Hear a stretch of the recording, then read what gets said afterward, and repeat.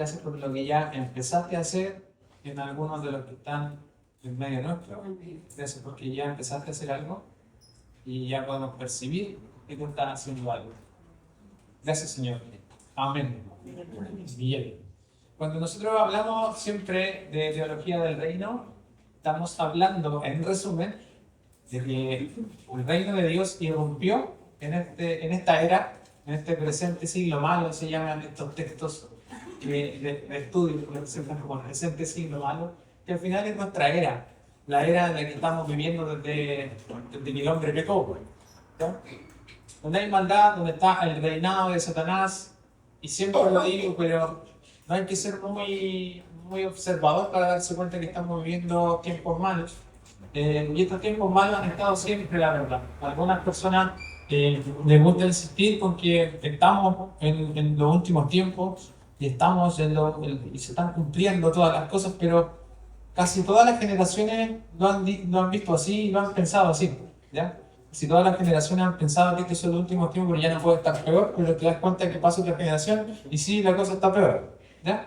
Y sí, nos damos cuenta de que estamos en los últimos tiempos, pero estamos en los últimos tiempos desde la venida de Jesús. La venida de Jesús es escatológica, o sea, apocalíptica, o anuncia el fin en sí misma. Nosotros estamos viviendo el final de los tiempos desde que Jesús irrumpió en esta era para recuperar lo que se perdió. Entonces, ¿estamos viviendo el fin de los tiempos? Sí, lo estamos viviendo, pero hace más de 2000 años estamos viviendo el fin de los tiempos. Estamos viviendo el fin de los tiempos después de la irrupción de Jesús en esta era. Entonces, es verdad, pero no hay que asustarse, porque se va a poner peor. ¿Ya? Entonces no te asustes porque va a estar peor. ¿Ya?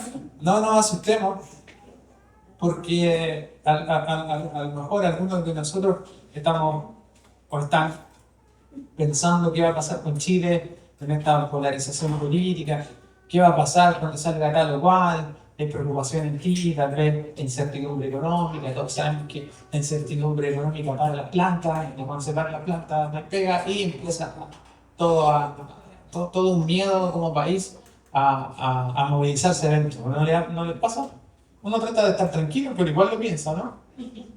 Se sale esta persona, nos vamos para allá, esta persona, nos vamos para acá, y se nota en el bolsillo, se nota en la inversión, qué sé yo, y eso tiende a atemorizarnos, y tiende a que nosotros tengamos una respuesta ante todo lo que está pasando socialmente un poco de temor, o si no de temor, un poco reactiva, qué sé yo, a compartir cosas en redes sociales, ¿ya? Al final son temores que se van materializando en conversaciones, en cosas que uno comparte, qué sé yo, pero quiero invitarte a poner tus ojos en el reino de Dios. Quiero invitarte a que pongamos nuestra mirada en lo más importante, que es el reino de Dios, a que sea lo principal en nuestras vidas, porque sea como sea, venga lo que venga, el rey es uno y va a volver, ¿ya? Y va a volver por los suyos, y tú eres uno de ellos, ¿cierto? Bueno. O sea, nosotros vivimos en este mundo, pero vivimos bajo otras reglas, bajo otras normas, y lo que nos tiene que quitar el sueño a nosotros es su reino, no lo que está pasando en el país. O sea, sí, igual, hay que colaborar, ser buen ciudadano. Buen cristiano y honesto ciudadano, decían en mi colegio. Estuve en un colegio católico y era parte del eslogan en el salesiano, ¿cierto? Sí. Amén. Amén. ¿Yo te sabes, María? Amén. Entonces era interesante estudiar en el salesiano porque orábamos, nos rezábamos todos los días. De hecho, se decía buenos días. Y después con el tiempo cambió, pero antes se hacían misas todos los días. Yo soy de la generación de 2 misas a la semana, pero siempre se estaba orando.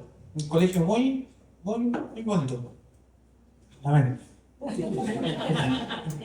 Entonces, puedo ser buen ciudadano, puedo esforzarme por aportar desde mi punto de vista, siendo civilmente bien, una persona de bien, aportando a la sociedad, pero en realidad lo que me debe quitar el sueño a mí como papá, como esposo, como padre de familia, a ti como esposo, hijo, lo que sea, es que el reino de Dios esté gobernando tu vida. Porque si no está gobernando tu vida, en realidad pierde todo su poder. El reino de Dios tiene que que permear, y su mensaje tiene que permear en nosotros, en el centro, en el núcleo de nuestro corazón, en el núcleo de nuestros pensamientos, para que sean los pensamientos de Dios los que nos dominan y los que gobiernan nuestras decisiones. Porque cuando los tiempos se ponen complejos, como lo que estamos viviendo ahora como país, o los tiempos se ponen complejos en realidad, mes a mes, en tu vida, que sea laborales, enfermedades, de esta ola de cosas que estamos viviendo, que vivimos al ser parte de este mundo, nos van a pegar estas cosas. Y la vida nos va a intentar voltear, pero quien realmente está arraigado a los principios del reino de Dios va a poder sobrevivir, y no solo sobrevivir, sino que vivir vidas de reino. ¿Ya? Entonces, tenemos que traer a nuestra mente conscientemente, y no se hace, no es aleatorio, o no es no pasa así nomás, no es por generación espontánea que tú empiezas a pensar y a arraigarte en los pensamientos de Dios. Hay una disciplina. Es una disciplina pensar como Él, es una disciplina leer la Biblia, conocer el reino de Dios y dejar que sus pensamientos permeen los míos en todas las áreas de la vida. ¿Ya? Entonces, tenemos que saber y recordar, estamos en un mundo caído, estamos esperando el fin, pero de una manera activa, que la manera en que nosotros vivimos determina cuánto el reino de los cielos avanza en nuestras vidas. Entonces es importante entenderlo, porque el reino en nosotros va a avanzar a medida que lo comprendamos, que lo deseamos y que vivamos conforme a sus principios. Si no, no va a haber avance, y por eso vivimos a veces fracasos espirituales o fracasos familiares, lo que sea, porque conocemos los principios de Dios, lo encontramos bonito, lo encontramos simpático, pero seguimos viviendo bajo nuestros principios. Seguimos viviendo bajo nuestra manera de pensar y no bajo la soberanía de Jesús. Entonces, la irrupción de Jesús en esta era fue bélica. Y yo siempre les digo que el lenguaje del reino de Dios es bélico, es de guerra, es confrontacional. Fue Jesús quien dio el primer golpe, que primerió en esta pelea, que pegó primero, y Él fue el ofensor. La verdadera visión que tenemos que tener como iglesia es que nosotros somos los que ofendemos, ¿ya? Nosotros somos los que atacamos el reino de las tinieblas, y no somos personas que estamos atrincheradas esperando que venga el fin. Y ahí hay una gran diferencia, porque todo el Nuevo Testamento apunta a irrupciones del reino de Dios en esta era, no a resistencia mientras Satanás nos ataca. Es Jesús quien irrumpió en el reino de las tinieblas con su autoridad. Y fue Él el quien envió a sus discípulos a seguir irrumpiendo con autoridad en el reino de las tinieblas. Y ese mensaje se lo da a sus discípulos, y es un modelo de vida que se transmite a los apóstoles y que se transmite en la iglesia primitiva. Los padres de la iglesia lo hicieron así, y es el modelo de vida que nosotros debemos vivir, que es estar bajo constante tensión y en una constante irrupción, conquistando este mundo. Entonces, hay dos tipos de cristianos, yo puedo distinguir dos tipos de cristianos. Quien vive, tres, la verdad. Uno, el que vive atrincherado, esperando, ven Señor Jesús, que la cosa está muy mala, ¿qué va a pasar con nuestros niños? Está todo peor, y ahora hay que esperar, interceder y que nos salvemos, esperando la segunda venida. De otro segundo tipo de personas que yo veo en la vida son pajaritos de Dios. Pajaritos, que no saben lo que está pasando, y se dedican a vivir sus vidas, y para eso nomás les alcanza el tiempo. Se dedican a cumplir con sus profesiones, a cumplir sus sueños, a cumplir sus metas, a casarse. Yo lo digo no lo digo de forma despectiva. Si tú lo deseas, yo también deseo tener mi casa, deseo cosas materiales. Yo obviamente me quiero vivir debajo de un puente con mi hija. Yo quiero prosperar de acuerdo a lo que Dios me vaya dando, pero no debe ser el principal motor de mi vida. ¿Ya? Los pajaritos de Dios no saben qué es el reino de Dios, no saben cuál es su rol en el reino de Dios, y viven en distracción, y viven bajo constante... Los vientos de la vida los llevan para cualquier parte. Son como un barco que tiene las velas esperando que el viento lo lleve para allá o para acá. A veces sí, a veces no. Eso afecta a sus emociones, eso afecta a sus determinaciones, y viven vida a estas personas un poco a la deriva, ¿ya?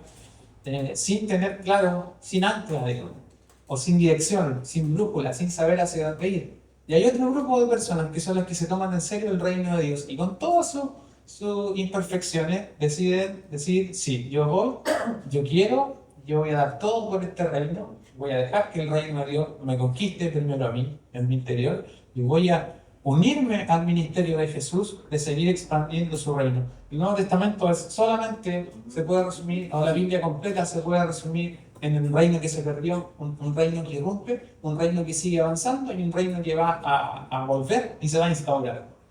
Y tú y yo estamos en medio de la irrupción y de la segunda venida. Elige tú cuál de estas tres personas quieres ser.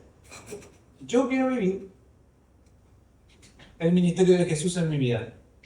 Y eso no es para pastores solamente, ni para evangelistas, ni para profetas, es para discípulos. Y lo que nosotros buscamos en la iglesia es hacer discípulos, no hacer espectadores, no hacer una fábrica de personas que diezman y ofrendan y se juntan a tomar once del miércoles. O que vienen acá, que bonito y lloran y se van.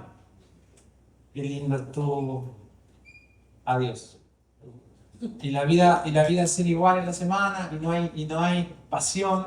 Entonces, yo no concibo la idea de un cristiano sin pasión. A mí no me entra ver a un cristiano que no está apasionado por el reino de Dios. Y no es que yo vaya discriminando personas y diciendo, este sí, este es un pajarito. No hago esas cosas. No. Para mí somos todos iguales, ¿ya? Pero yo quiero vivir mi vida inspirándome en Jesús, viviendo para Él, primero dentro de mí, que Él tome todo de mí, y ayudarlo en su empresa de seguir expandiendo el reino de Dios. Y como siempre les digo, no hay que ser pastor para eso. Hay que ponerse las pilas, hay que empezar a escuchar lo que el Espíritu Santo está haciendo, lo que quiere hacer, que es liberar personas, sanar personas, que el evangelismo sea parte de tu vida, sanar a los enfermos, liberar a los endemoniados, seguir avanzando, y para eso obviamente necesitamos al Espíritu Santo, ¿ya? Entonces, mientras tanto nosotros estamos aquí, estamos en guerra, estamos en una guerra cósmica. George Ladd, uno de los autores de la teología del reino, dice: estamos en un choque cósmico entre dos eras, es un choque, y tú tienes que sentir el choque, ¿ya? Tienes que estar despierto. Si este choque no te remece, estás dormido. Tú tenemos que urgentemente despertar. Porque si no, la vida se nos va a pasar. Y vamos a vivir vidas irrelevantes. Porque nuestra casita, nuestra hijita, nuestra universidad, la bequita, la pololita, el maridito y las cositas chiquititas van a pasar. Y así se puede ir. A lo mejor lo que hemos construido por años en nuestra vida, con tanto esfuerzo y con tanta dedicación, en una mala decisión la puede derrumbar. Que edificar la casa sobre la arena, ¿cierto? Pero si edificamos nuestra vida sobre la roca, sobre el reino de Dios, viviendo. Sí, ¿te la pagué? Y si nosotros edificamos nuestra casa sobre el reino de Dios, nosotros vamos a construir vidas firmes y tu vida va a estar bien establecida. Entonces, como les decía, este choque no es un choque parejo entre el reino de las tinieblas, no están empatados, no es un gallito al que nosotros tenemos que ayudarle a que suba a ganar. Esto ya se ganó. ¿Ya? Esto ya ganó. La erupción de Dios y la resurrección de Cristo principalmente es la victoria. Lo que pasa es que nosotros vamos a recibir la victoria después, cuando Él venga, y en este siglo Él venga a decir: ya se acabó, chiquillos, no va a haber pecado, se enjugará toda lágrima, no vamos a pecar. ¿Se imaginan? No pecar nunca más, no me lo puedo imaginar todavía. Vivir mi vida libre de pecado, vivir la vida libre de enfermedad, no tener que trabajar por plata. Qué raro trabajar por placer, qué raro, ¿eh? Levantarse y decir: el día voy a trabajar, no sé cómo va a ser en realidad. Es que todavía, imagínate que estamos tan acostumbrados a trabajar para mantenernos, y en el reino de Dios no va a ser así. Seguramente vamos a trabajar por placer, algo súper raro. Imagínate que no vamos a pensar en la AFP, no vamos a pensar en tu número de jubilación, no vamos a pensar en todo lo que pensamos. Es tremendo cuando eso ocurra y eso va a pasar. O sea, nosotros ya ganamos. Pero la vida que nosotros vivimos de aquí a allá es lo que determina nuestra efectividad, nuestra pasión y todo eso. ¿Ya? Entonces, como les dije, no es una pelea pareja, nosotros ya ganamos. Entonces vivamos, quitémosle más gente a ese problema. O sea, tenemos que ser, tú y yo, personas efectivas en el reino de Dios. Y tenemos que posicionarnos y tomarnos de la fe en serio como un estilo de vida de quitarle a personas a las tinieblas y de avanzar. Ve tú cómo lo quieres hacer. Ve tú si quieres ser un pajarito de Dios, sélo. ¿Ya? Pero que lata. Porque no es la idea. No es la idea. El discipulado, cuando lo leemos en todo el Nuevo Testamento, seguir a Jesús siempre fue costoso, siempre fue morir a uno mismo, siempre fue renunciar a nosotros, siempre fue darnos para los demás, siempre fue expandir el reino con Él. Y los padres de la iglesia, nuestros padres de la iglesia, todos murieron por la causa. ¿Ya? Entonces el estándar de vida de un discípulo el estándar de vida de un discípulo bíblico es súper alto. Y el pastor siempre dice eso y lo voy a citar. Él siempre dice que él tiene una visión trágica de la vida. ¿Lo han escuchado decir eso? Bueno, ¿sí? Él siempre dice: yo tengo una visión trágica de la vida. Porque yo creo que Dios está sufriendo, la verdad. A pesar de haber vencido, hay mucho que hacer todavía. Entonces no hay mucho que celebrar aún. Hay mucha pega que hacer. Hay mucho trabajo. Hay muchas personas por las que tenemos que orar. Hay muchas personas que tienen que ser libres. Hay personas que tienen que ser libres dentro de la iglesia, que no han experimentado la libertad del reino de Dios en sus vidas. Hay muchos de nosotros que estamos quebrados, estamos quebrantados y que necesitamos liberación. Liberación de espíritus, liberación comprendiendo que el reino de Dios nos quiere dar una mejor vida, una vida abundante en obediencia al Señor.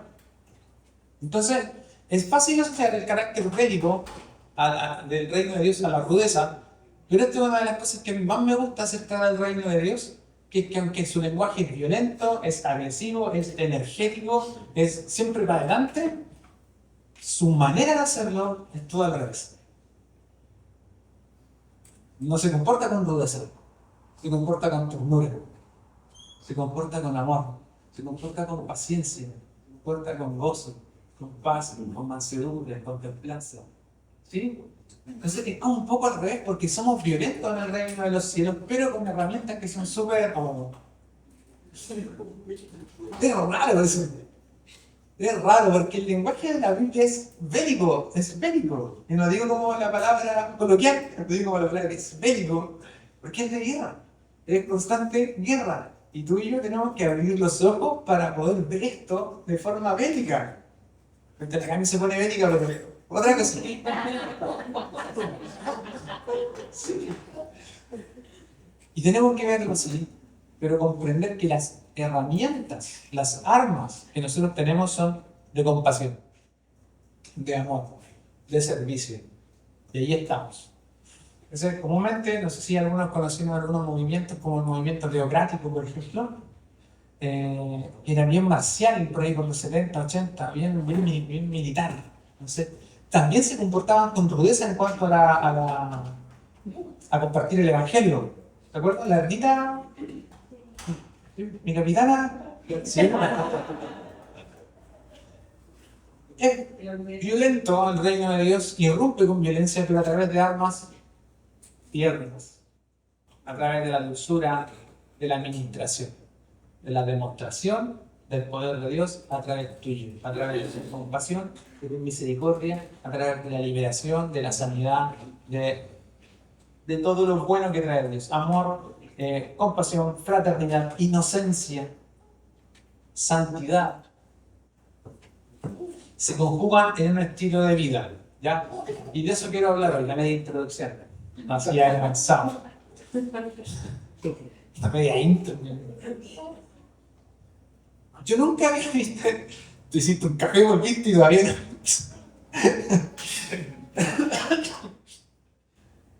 Hay un estilo de vida del reino de Dios que yo descubrí. Bueno, yo lo descubrí leyendo un libro y se lo recomiendo, Irrupción del Reino de Derek Murphy. Yo me guié para esta predicación y cuando leí esto me llamó mucho la atención. Hay un estilo de vida del reino de Dios que nosotros debemos vivir y está expresado en la Biblia, pero que nunca había visto que está expresado en las bienaventuranzas. Ya quiero hablar acerca de las bienaventuranzas. ¿Han escuchado la bienaventuranza, cierto? Yo les voy a dar el contexto para todos los que no lo hayan escuchado. ¿Dónde ocurre este relato? Fue en un monte cerca del mar de Galilea, ¿ya? Por eso está asociado al sermón del monte. ¿Han escuchado el sermón del monte? Es bonito, ¿cierto? Y aquí están las bienaventuranzas. Jesús se sienta como un maestro a enseñarle a sus discípulos sobre esto. Y se lo estaba diciendo a ellos, pero también había gente alrededor, ¿ya? Para que puedan tener la imagen mental, seguramente un monte, Jesús, discípulos, gente atrás escuchando, el mar de fondo, puede ser algo así. ¿Sí? ¿Qué está haciendo Jesús? Jesús está anunciando el reino, está enseñando acerca del reino como en todas las ocasiones. Jesús decía, el reino se parece a esto, el reino es esto, ¿ya? El propósito de las bienaventuranzas, yo pensaba que eran un contraste, y una de las cosas que yo creía acerca de las bienaventuranzas eran que eran estados de las personas, por ejemplo, los que lloran, bienaventurados los pobres, que eran momentos que una persona vivía, o estados emocionales o estados espirituales, que Jesús iba a restaurar, y era como, bueno, bienaventurados los que lloran, ¿por qué? Qué bonito, qué bonito. Entonces, qué conveniente llorar. Y eso trae como un poco de consuelo. Soy bienaventurado porque si lloro seré consolado. Oh, hermoso. ¿Cierto? Sí. Primera parte. Pero descubrí, leyendo este teólogo, que no es solamente un estado al que Dios viene a cambiar o a restaurar en ti, sino que es un estilo de vida. Dios quiere que tú llores. Y cuando comprendí eso, se me abrió la cabeza. Así que vamos allá. Bien, le voy a leer, primero en versión, creo que esta es la NTV. Voy a partir del versículo 3, estoy en Mateo 5. Lo voy a leer rapidito. Dios bendice, o bienaventurados los que son pobres en espíritu, porque el reino de Dios les pertenece. Bienaventurados los que lloran, porque serán consolados. Bienaventurados los que son humildes, porque heredarán toda la tierra. Bienaventurados los que tienen hambre y sed de justicia, porque serán saciados. Bienaventurados los compasivos, porque serán tratados con compasión. Bienaventurados los de corazón puro, porque verán a Dios. Bienaventurados los que procuran la paz, porque ellos serán llamados hijos de Dios. Dios bendice a los que son perseguidos por hacer lo correcto, porque el reino del cielo les pertenece. Dios los bendice a ustedes cuando la gente les hace burla, los persigue y miente acerca de ustedes y dice toda clase de cosas malas en su contra por ser mis seguidores. Alégrense y estén contentos porque les espera una gran recompensa en el cielo, y recuerden que a los antiguos profetas los persiguieron de la misma manera. Entonces empecé a leer esto, me encantó y tenía que compartirlo. Lo había leído hace tiempo y dije, se lo voy a compartir a la iglesia porque le pasa a mí. Este estilo de vida que nosotros vemos en la bienaventuranza no es solamente un cambio de un estado temporal, sino que es una invitación a que tú vivas de esta manera. Y aquí voy. Pobres de espíritu. En Reina Valera ahora lo voy a leer. Bienaventurados los pobres de espíritu. Aun cuando ser pobre podría significar algo malo y algo que Dios quiere restaurar en nosotros, la pobreza espiritual se resume en que yo estoy necesitadísimo de la presencia de Dios. Ser pobre de espíritu es ser necesitado espiritualmente todos los días de mi vida. Es ser una persona que está hambriento de la presencia de Dios. Alguien que dice, yo no puedo salir adelante sin el Espíritu Santo. Alguien que dice, yo no puedo sin Jesús. Estoy perdido sin Él. Y un pobre de espíritu no es... Ser pobre de espíritu no es solamente estar perdido espiritualmente y llegar a Jesús y luego ser rico en espíritu por Él. Es un estado constante de sentirte pobre, de sentirte insuficiente, de sentir que no puedes, de tener un estado de vulnerabilidad que te obliga a estar buscando la presencia de Dios todos los días. Eso es la parte 1. Acá estoy, se me corrió. Dios bendice a los que son pobres en espíritu y se dan cuenta de la necesidad enorme que tienen de Él. En la lógica del reino es el punto de partida. Y nunca el punto de partida es la autosuficiencia, sino que la rendición. En resumen, bienaventurados los que se rinden. El Espíritu Santo está buscando rendición total, pobreza. Que tú te puedas ver como un pobre y triste gallo todos los días que necesitan estar con Él.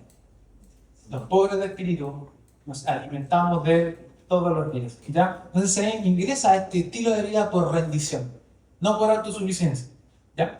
Ser pobre en espíritu es reconocer que no puedes salvarte, ni transformarte, ni sostenerte, ni someterte a Jesús sin Jesús. Ya es tener un corazón rendido, es decir, no puedo, me revelo todos los días, necesito a Jesús todos los días. Entonces Jesús no empieza por los fuertes, sino que empieza por las personas débiles. Ser pobre de espíritu es verte y decir, Señor, no puedo mantener a mi familia por mi fuerza, no puedo guiar a mis hijos a Cristo por mi fuerza, no puedo ni siquiera levantarme a orar en la mañana por mi fuerza, no puedo leer la Biblia y me quedo dormido por mi fuerza, no puedo orar por los enfermos en mi trabajo por mi fuerza, no puedo liberar demonios por mi fuerza, no puedo hacer nada, liberar demonios.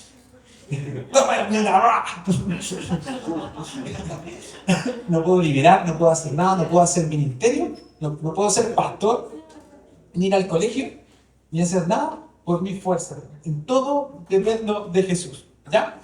Entonces, esta es una característica de personas que viven el reino de Dios y que habitan en el reino de Dios. Paso número 1. Si yo que te quiero invitar es a ser un pobre de espíritu. Un pobre de espíritu. Señor, necesito de espíritu. Y los pobres de espíritu comúnmente tienen hambre del Espíritu Santo. Son esas personas que siempre tienen hambre. Como raíces. como jóvenes. O sea, que yo era capaz, a los 17, yo me acuerdo que hice en un cumpleaños, me comí 7 completos. Y el amigo mío se comió 8 completos y medio. Y nos preguntaban, ¿la Carol este tú? Patito con patito querido. Pobre Carol. Parece que era su cumpleaños y me de su hermano. Hicimos una vuelta que ¿sabes que siempre teníamos hambre? Y espiritualmente debe pasarnos lo mismo. Siempre tengo hambre. Oremos, amigo. Leamos la Biblia, amigo. Vamos. ¿Ayunemos? No. Bien.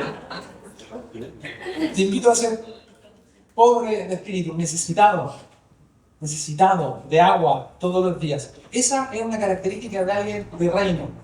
¿Ya? Necesitamos ser humildes de corazón. Cuando pasan los años, y esto les pasa a todas las personas que se dedican al ministerio, tienen que estarse examinando porque tú aprendes a hacer las cosas. O a lo mejor te pasa en tu profesión. Tú ya aprendes a hacer las cosas. Ya no haces las cosas como las hacías al principio porque ya te salen bien. Y la mayoría de los accidentes laborales de personas muy pro ocurren con cosas que cuando eran amateurs hacían bien, pero dejaron de ser bien. ¿Te pasa? Como los accidentes, los choques. Ustedes saben, la gente que choca, normalmente la que mayor experiencia tiene manejando. Las personas que recién están manejando paran. Siempre tienen esas precauciones, los pares, que a veces nadie para. ¿Ya? La gente muy arriesgada pierde el asombro de las cosas. Y a veces nosotros en el ministerio también lo hacemos. Y pensamos que sabemos hacer iglesia, y pensamos que sabemos pastorear, y pensamos que sabemos y hacemos las cosas por nuestra fuerza. Y no, sí. Sé hacer ministerio, sé liderar jóvenes, sé hacer adoración, sé ser papá, sé ser esposo. Pero si yo digo, no sé, Señor, Él me va a enseñar. Y puede que no me pegue mucho. Entonces, segundo punto, bienaventurados los que lloran. Oh. Yo pensaba que Dios bendecía a los que lloraban porque, claro, Él me iba a consolar. Claro, eso es parte de la verdad, pero los que lloran es un estado permanente de llanto. Y cuando leí esto, lo tenía que compartir contigo. Mira, el reino de Dios consuela el dolor ahora, nosotros podemos ser consolados por él, pero el llanto a lo que se refiere esta bienaventuranza es una clase especial de lamento que experimentan los piadosos cuando ven la devastación del pueblo de Dios y el horror de la rebelión humana y las consecuencias. Los que lloran son las personas que están dolidas por las cosas que a Dios le duelen. Los que lloran aprendieron a sufrir con Jesús su sufrimiento. Compartir su sufrimiento es una canción por ahí. Los que comparten el sufrimiento de Jesús por la humanidad son los que lloran por la humanidad. Y comúnmente los que lloran con el tiempo se transforman en personas que hacen.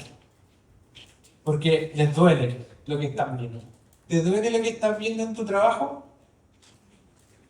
¿En tus compañeros de la universidad? ¿En tus compañeros del colegio?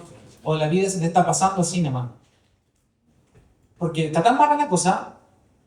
Y uno recibe, oye, un compañero mío se cortó, una compañera mía se encontró suicidar, se está separando un familiar, se está separando un colega, crisis de pánico, fibromialgia por acá, infidelidad, se rompe el matrimonio, problemas mentales, gente que quiere uno matarse. Y uno escucha tanto esa información y después, ¿qué pasa? Pero ya que termina dando lo mismo. Pasa tanto que el corazón se insensibiliza, ¿no? Porque escuchar uno más que se corta, uno más que tiene problemas aquí, uno más que tiene problemas acá. Y a veces también el ministerio se vuelve a hacer. Pero los bienaventurados son los que lloran por este mundo. Eso es una de las características de alguien que vive en el reino de Dios. ¿Te está doliendo Chile? Me dueles Chile. ¿Te está doliendo? No nos está doliendo lo que está pasando en el mundo, si no estamos llorando y clamando por este mundo, tenemos que arrepentirnos. Porque es Jesús el que está dolido por lo que está pasando. Y uno a veces se insensibiliza. Se insensibiliza. ¿Lo dije bien? 2 veces más.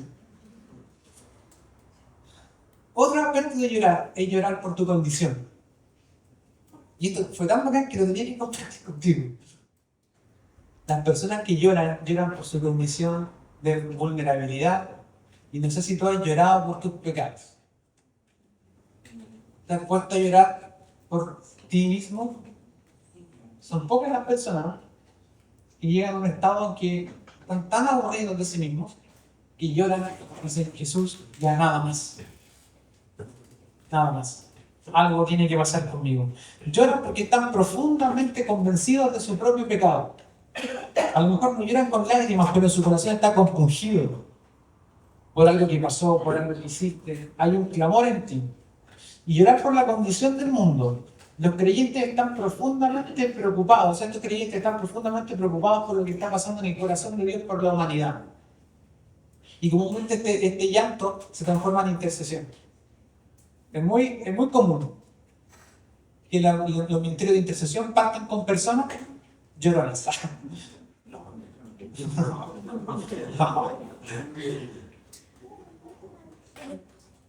¿Saben quién era conocido por ser llorón? Jeremías, ¿te acuerdan? Conocido como el profeta llorón. ¿Por qué le decían el profeta llorón? Debido a su profundo dolor y lamento por el pecado de su pueblo, por el pecado de Judá, del sufrimiento inminente que le avecinaba a un exilio en Babilonia. Su tristeza no era egoísta, sino que brotaba de su compasión por la resistencia que la gente tiene a Dios. Y yo a veces veo la resistencia de Dios a Dios en la misma iglesia. Y deberíamos sufrir por esa resistencia. Y si no estamos sufriendo por el mundo, tenemos que pedirle al Espíritu Santo y renueve nuestra visión. Había 2 tipos de lamento que tenía Jeremías. Lamento por el pueblo. Jeremías lloraba porque el pueblo de Judá no escuchaba las advertencias de Jeremías, se negaba a arrepentirse y seguía con sus prácticas de idolatría, lo que sabía que nos conduciría a la muerte y a la calamidad. Y también Jeremías lloraba por su sufrimiento personal. Suplicaba a Dios que le permitiera ser un profeta de lamento y expresaba un profundo dolor por su propia situación, incluyendo el rechazo de su familia, la prohibición divina de casarse, lo que simbolizaba un futuro desolado para él. Entonces, llorar no es, ay, que tengo pena, Dios me va a consolar, qué rico, es abrazar el sufrimiento de Jesús como el tuyo. Ojito, si el mundo no nos está doliendo. Yo les conté que hace rato partí con un podcast y un par de redes sociales. Con la Camila revisamos a veces, no nos da el tiempo. Pero ¿saben qué? Llegó un momento en que eran tantos los mensajes de ora por mí, ora por esto, ora por esto, ora por esto, que empezó a darme lata. Ya, otro más. A la semana.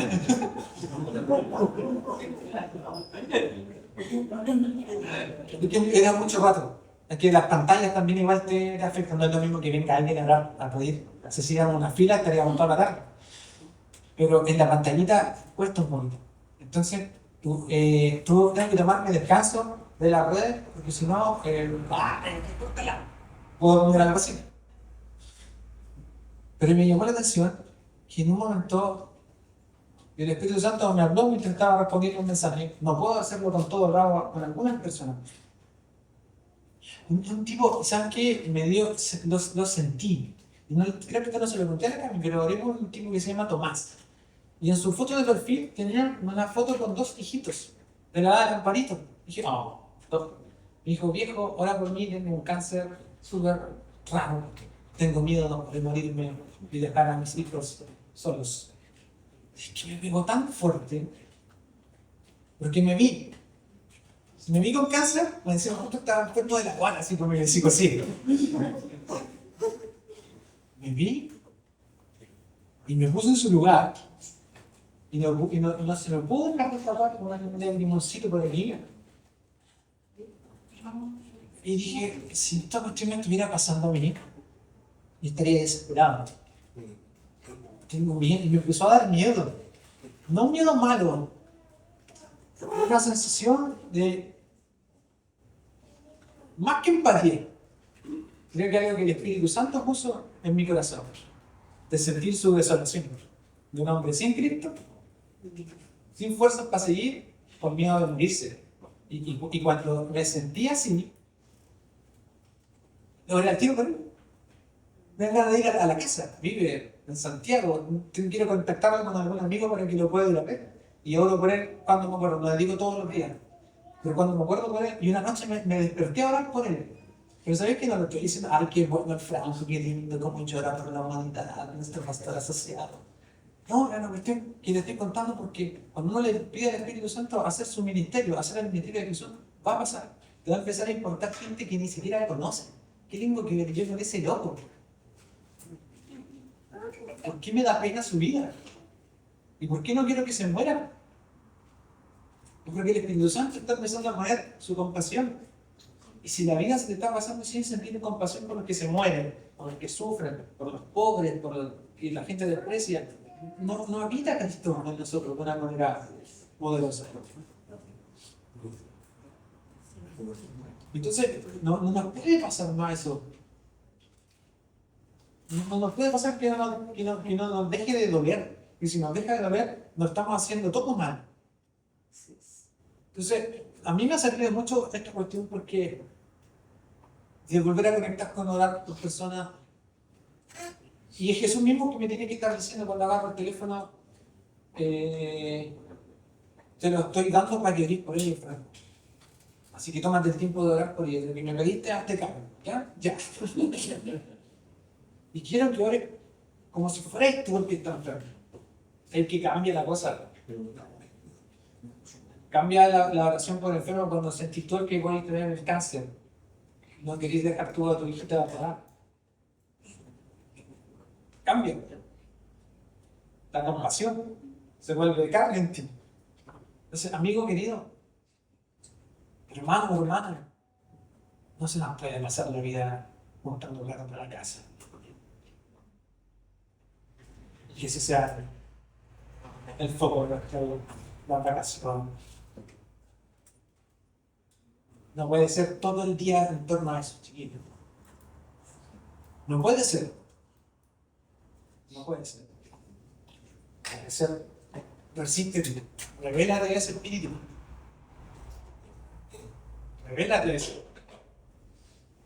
Sé violento. Y si tu corazón no llora por el que sufre, ay, no sé, no, vamos a bautizarte de nuevo a un río, porque empecemos de nuevo.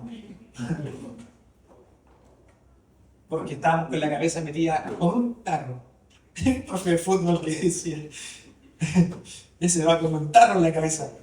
Entonces que cuando juega la pelota mira para abajo, ¿no? Y solo se mira los pies. ¡Sácate el tarro! Es decir, y te digo, hermano, sácate el tarro de la cabeza. Sácate el tarro de la cabeza.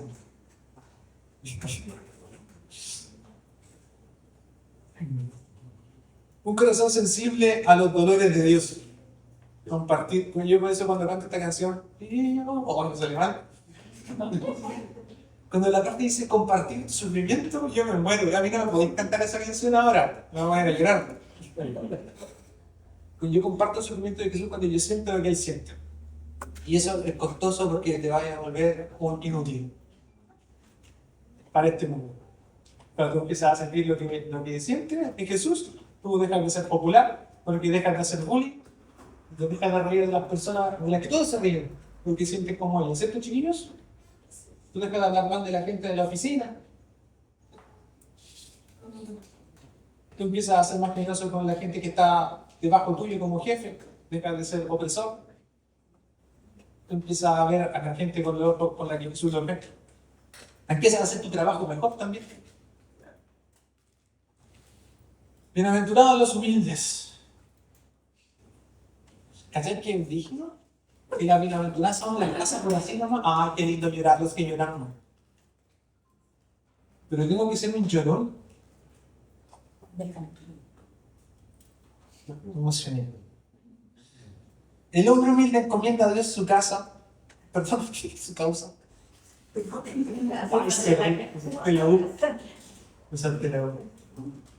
Ahora sí. El hombre humilde encomienda a Dios su causa, su vida, y no lucha en sus propias fuerzas. Y Moisés es un claro ejemplo de humildad. En Números 12:3.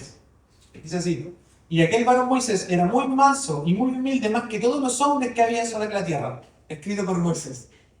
¿Está bien eso? ¿Quién escribió que era humilde? Eso es súper... ¿Está bien? ¿Qué números lo escribió Moisés? ¿Y que él puso? Y él era el más humilde de todos. Es muy chistoso. Bueno, pero dice que está bien, que era humilde. Le vamos a creer. Moisés confiaba en las fuerzas de Dios y no en las de él. Y así comenzó su ministerio. Confiando en que no sabía hablar, pero Dios iba a hablar por él. Confiando en él solamente. Entonces, los humildes de corazón son las personas que ponen toda su confianza en él. No son las personas que se visten con ropita barata. ¿Ya? Porque hay pobres que son muy orgullosos, ¿cierto? Hay gente que tiene mucho, que es muy sencilla, muy humilde. Los humildes son los que ponen toda su confianza en Jesús. Todo lo que hacen en él. David poseía esta misma característica. El Salmo 37 es una exposición más clara de la humildad o de la mansedumbre en el Antiguo Testamento. Voy a leer el Salmo 37 rapidito. Dice: no te impacientes a causa de los malignos, ni tengas envidia de los que hacen iniquidad, porque como hierbas serán pronto cortados. Voy a avanzar. Deleítate en Jehová, voy a seguir avanzando. Guarda silencio entre Jehová y espera en él. No te alteres con motivo del que prospera en su camino, por el hombre que hace maldades. Deja la ira, desecha el enojo, no te excites en manera alguna a hacer lo malo. Avanza. Y Jesús, cuando habla acerca de la humildad, trae el verso 11 de este salmo, que dice así: los mansos heredarán la tierra y se recrearán con abundancia de paz. Los bienaventurados, los humildes, porque heredarán la tierra.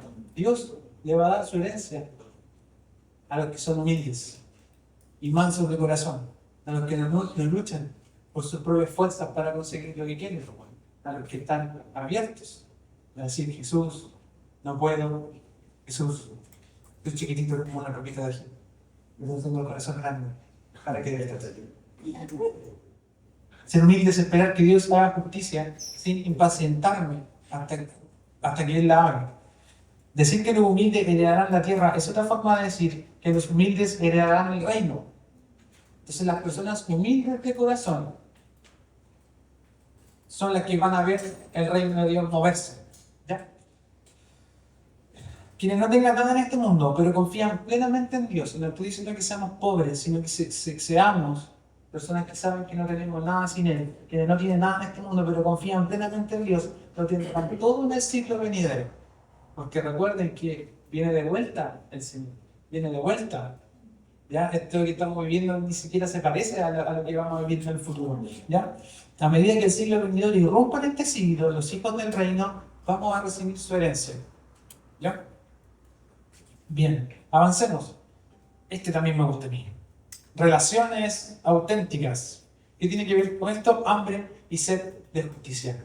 Bienaventurados los que tienen hambre y sed de justicia. Y tener hambre y sed de justicia es que la justicia del reino de Dios se instaure en esta tierra. Y esa justicia tiene tres principales aristas. ¿Ya? El estándar de justicia que Jesús aplicará cuando venga al mundo incluirá las relaciones humanas. Las relaciones entre nosotros deben ser relaciones de justicia. Y hay tres tipos de justicia que menciona aquí el autor Derek Murphy. Resalta que esta justicia es tanto ética como social y espiritual. Relaciones éticas. Miren lo que dice Lucas 3:12. Así que de todas las cosas que queráis que los hombres hagan con vosotros, así también haced vosotros con ellos, porque esto es la ley y los profetas. Lucas 3:12. Tener relaciones éticas entre nosotros es que nosotros hacemos las cosas para los demás como si fueran para nosotros. Amamos a nuestro prójimo, en el resumen. Tratamos con dignidad a las personas alrededor nuestro. Vivimos relaciones donde no abusamos los unos de los otros, en ningún sentido. ¿Ya? No abusamos económicamente de las personas, no abusamos sexualmente de las personas, no abusamos de nada, de nadie. ¿Ya? Vivimos con dignidad y tratamos a las personas como Dios las ve y las amamos como a nosotros mismos. ¿Eso en qué se puede expresar? Como jefe, como compañero de colegio, como compañero de trabajo, como compañero de universidad. Tenemos relaciones donde valoramos al ser humano como imagen de Dios y lo enaltecemos y dignificamos con nuestras relaciones. ¿Ya? Entonces, el otro punto es justicia social. Aquí va a aparecer el profe Artés. El cuidado de los pobres y los menos privilegiados y luchar por los pobres, no solo de espíritu. No estoy hablando de pobres de espíritu, estoy hablando de pobres de plata. Una persona que tiene características de reino de Dios es generosa con los pobres.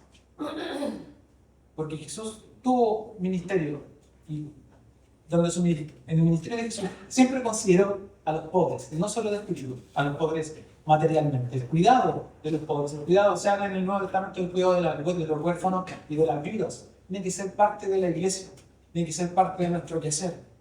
Estar siempre disponible para los pobres, para quien tiene menos. Ser generosos, en verdad. No abusar de los que necesitan. Y esto yo lo he visto harto, sobre todo a la gente que es buena para el negocio. Y creo que muchas veces más me indignan, los voy a confesar. Cuando yo veo a un cristiano que es bueno para el negocio, pero que es pillo. Esa cuestión. Pero ¿cómo? Digo yo. ¿Cómo podéis ser bueno para el negocio y pillo?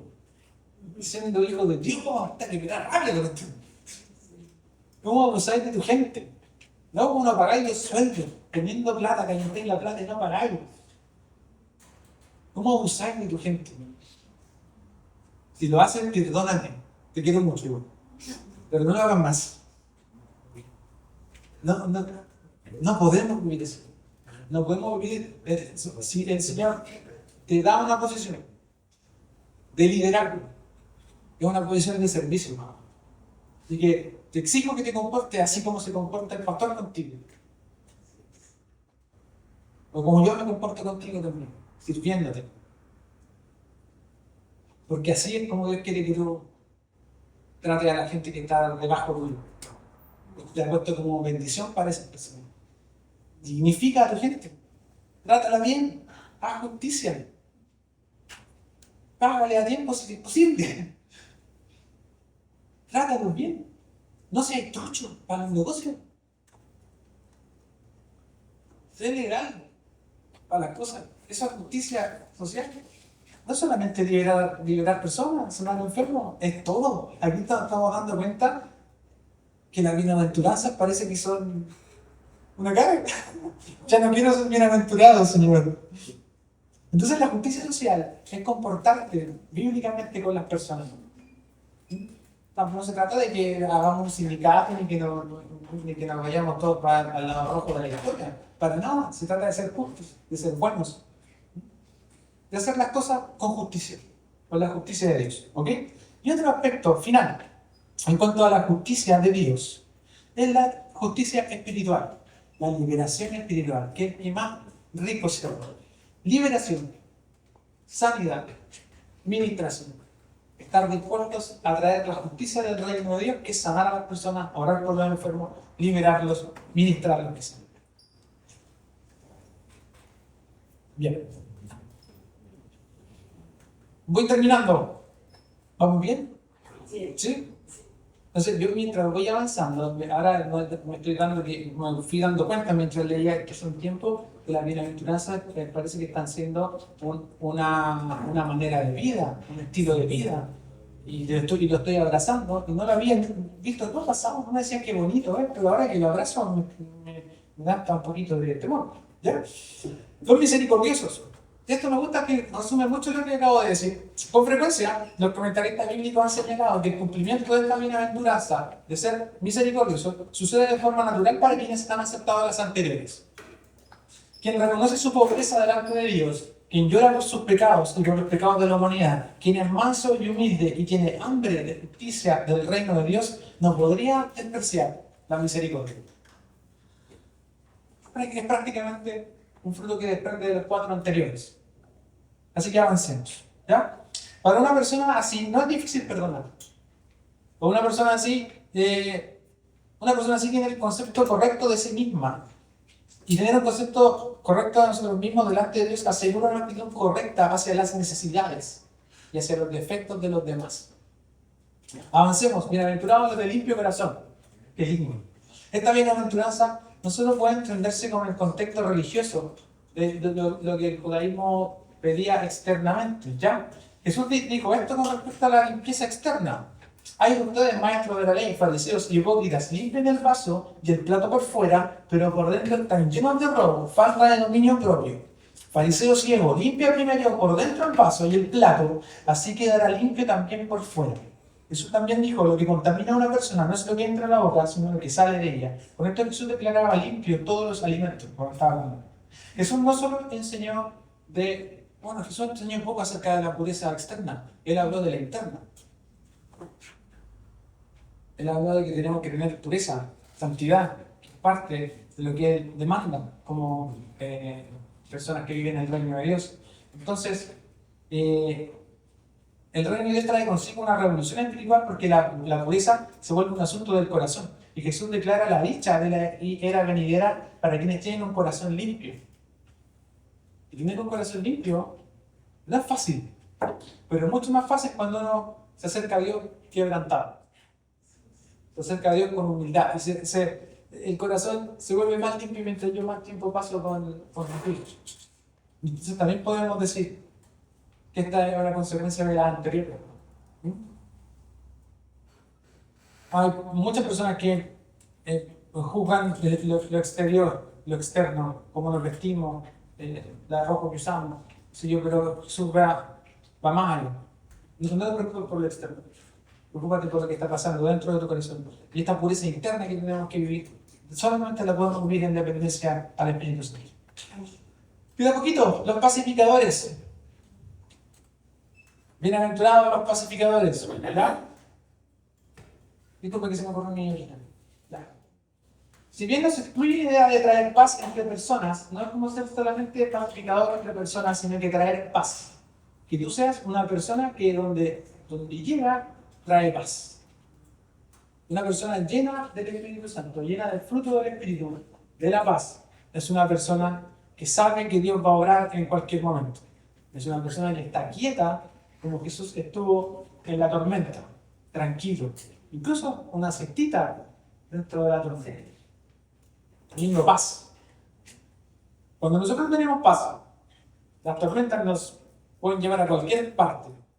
Pero una persona pacificadora es una persona llena de la paz de Dios. Tanta paz que su presencia trae paz a quienes lo rodean. Un hombre pacificador, un papá pacificador, es capaz de parar, poner la pelota en el piso cuando en la casa está quedando la escoba. ¿Sí? Un líder pacificador, un jefe pacificador, es un hombre que puede traer paños fríos cuando la empresa está patas para arriba. Cuando los compañeros del trabajo están peleando. Parece que esta persona llega y trae orden. Todos los perros chicos ladrando y aparece el perro grande. Todos los perros se caen. Esa sensación son los pacificadores. No tanto arreglar problemitas entre ellos, sino que traer paz donde quiera que vayan. Cuando los discípulos entraban a una casa, podían hacer que su paz viniera a ella, en Mateo 10, 12 a 13. Ellos llevaban en sí mismos la presencia distintiva del reino. Si hay allí alguien que promueva la paz de ustedes reinará en ella. Viene sobre la gente mediante la irrupción del reino en los discípulos. ¿Ya? Entonces, en un derramamiento del Espíritu Santo es muy común que veamos personas tranquilas. Yo te invito a recibir esta paz y a ser un pacificador. Y lo último, los que padecen persecución. Qué lindo. ¿Han recibido noticias de lo que está pasando en África con la iglesia perseguida? Sí. Es terrible. Es terrible. Están matando, realmente están matando, decapitando hermanos todas las semanas. ¿Ya? Y todos los días, la verdad. Todos los días están muriendo hermanos por seguir a Cristo. Y hay testimonios que están en redes sociales que son brutales. Nosotros no vivimos ese tipo de persecución, gracias a Dios, pero sí estamos viviendo otro tipo de persecución. Pocas necesidades humanas son tan profundas como la necesidad de aceptación. Nuestro egocentrismo nos lleva a establecer la popularidad y el prestigio como una de nuestras metas más altas en todas nuestras carreras, en todas nuestras profesiones. ¿Ya?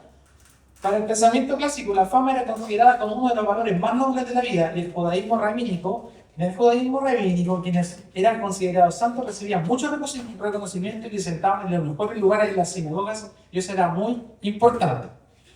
Y quienes eran rechazados de las sinagogas, era más probable que tenían vidas que no eran, no era muy interesante pasar tiempo contigo. Lo que te quiero decir es que tú, al volverte un hombre de reino, una mujer de reino, un joven de reino, vas a ser súper poco interesante para la fama y para las personas. Lo más probable es que sea rechazado por seguir a Jesús. Lo más probable es que por hablar de Él se burlen de Él. Te dejen de invitar a algunos lugares, porque vamos a invitar al Canuto acá. Siempre está hablando por la gente. Es la persona que sí trae paz, pero también trae confrontación. Te van a preguntar algunas posturas y tú vas a tener que decir lo que piensas acerca de Dios, vas a empezar a predicar el Evangelio y vas a decir que hay un infierno y te van a decir que están todos están locos, están aquí, pues vas a ser el loquito del centro de tu trabajo. ¿Ya? Pero estas personas, los discípulos, los padres de la iglesia, y Jesús mismo fue rechazado y fue perseguido por esto. Entonces mi invitación es a que seas un hombre con hambre, una mujer con hambre, un llorón, un limpio de corazón, un pacificador, un humilde, un perseguido por el reino. ¿Ya? Yo sé que ha pasado harto tiempo, que la predicación ha sido tal vez un poquito, no tan extensa, pero un poquito más densa de lo común, de lo que esperan de mí. Pero no quiero dejar pasar el momento de orar, porque sé que la presencia de Dios está haciendo algo. Y aunque hay calorcito y un poco de ¿sí hace calor? No sé yo. ¿Cómo está el aire? ¿Está calor? ¿Por qué no nos abren una ventanita chiquilla? Parece muy bien. ¿Ahí? ¿Un poquito? ¿Mejor? Para mí está bien. Ahí sí, bueno. ¿Aquí ponemos ventanas si no la abrimos? El aire está en 28. No. Me voy a abrir esta semana de pie. Vamos a esperar. Pónganse todos de pie.